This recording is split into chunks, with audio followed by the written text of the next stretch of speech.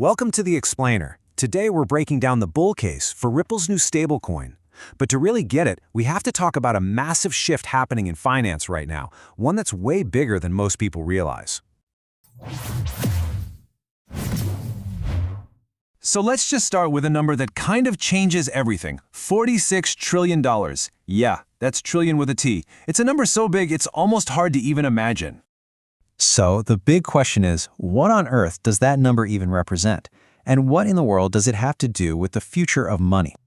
Well, here it is. That $46 trillion, that's the projected value of stablecoin payments that are going to be happening directly on blockchains by 2025. You should really think of it as a completely new digital payment layer being built right on top of the internet. And just get a load of how fast this is happening. I mean, we're talking about a jump from $500 billion in 2020 to a projected $46 trillion by 2025. That isn't just growth, That's an absolute explosion. And to really put that in perspective, this new on-chain payment layer is already on track to settle more value than Visa and MasterCard combined. That is a massive signal that the old guard of finance is, well, they're definitely paying attention now. Okay, so you see this huge opportunity on the table. How does a company like Ripple plan to grab a piece of that pie? Well, it really all comes down to one core idea. Our source points to some serious momentum for Ripple. We're looking at a huge valuation, insane payment volume, a bunch of smart acquisitions, and maybe the most important piece of the puzzle, 75 regulatory licenses all around the globe. And according to the source, that whole resume is built on this one simple idea. See, the argument is that for the big money, for the big financial institutions to come play, trust and regulation are just suggestions. They are absolutely non-negotiable. And you can see this strategy playing out in real time. Their stablecoin is being issued under a New York Department of Financial Services charter. That's one of the toughest regulatory hoops to jump through in the world. And it's already been greenlit in major hubs like Abu Dhabi. They're definitely not cutting any corners. Now, the source draws a really sharp contrast here between Ripple's playbook and a major competitor, Tether. On the very same day Ripple got the green light in Abu Dhabi, S&P Global gave Tether its absolute lowest stability rating. That really tells you everything you need to know about the different games they're playing. All right, so Ripple's compliance-first strategy sounds pretty solid, right?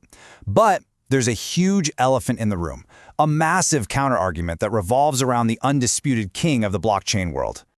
And yeah, the challenge is pretty clear. Ethereum is the king of stablecoins. No question. It controls over 60% of the entire market. It is by a long shot the dominant player.